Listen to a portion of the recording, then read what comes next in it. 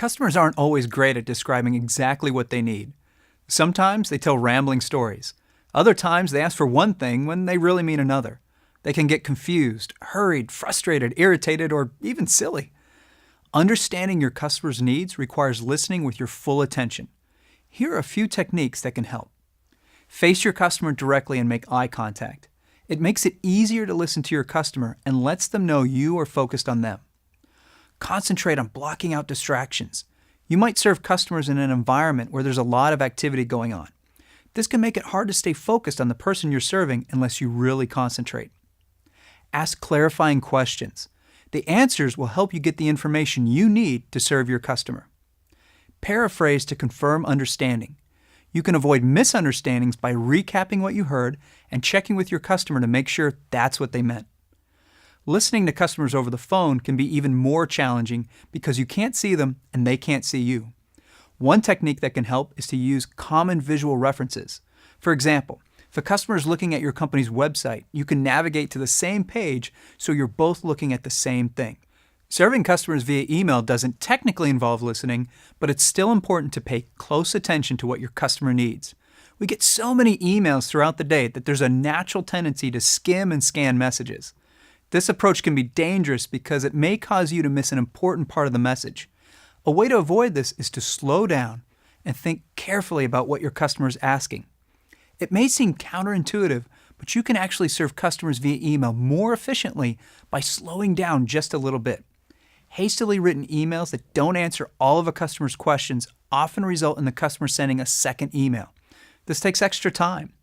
On the other hand, a thorough, well-written message is much less likely to require an additional response. Here's an example from a customer trying to find the schedule for his favorite team so he can buy tickets to a game. Dear customer service, can you send me the schedule of games so I can decide what tickets to buy? I searched your website but couldn't find it. Thanks, Jack. Susan responded with, Dear Jack, thank you for your email. Attached is last season's schedule. Jack sent back this message. Unless I invent a time machine, it will be pretty hard to buy tickets to last season's games. I'm looking for the schedule for the upcoming season. Susan responded again with, Oh, sorry, next season's schedule isn't out yet. Jack had to send another email. So, Susan, when will the schedule be out? Finally, Susan responded with, Next season's schedule will be published in 2 weeks. By not paying careful attention to what Jack was asking, Susan, the customer service rep, needed 3 emails to respond to Jack's question instead of just 1. Here's how Susan could have responded. Dear Jack, thank you for your email.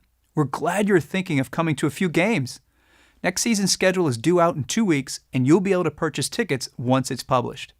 I've included a link at the bottom of this email that you can use to sign up for our email newsletter. That way, you'll be notified right away when the schedule is out and tickets go on sale. Please let me know if there's anything else you need in the meantime. Here's one last active listening tip that can really take service to that next level. Try to identify your customer's unspoken needs. One of my favorite examples comes from the transportation and parking office on a college campus. The campus gets thousands of visitors every day, and not everyone knows their way around. Customer service employees are trained to notice that I'm lost look and proactively offer directions. They even carry small maps of the campus that they can use to show pedestrians where a building is or show drivers where to find parking. This fulfills the customer's rational need of finding where they're going, but it also prevents visitors from negative emotions associated with getting lost, such as frustration or anxiousness. Here are 2 activities you can try to develop your active listening skills. The first activity works when serving customers in person or over the phone.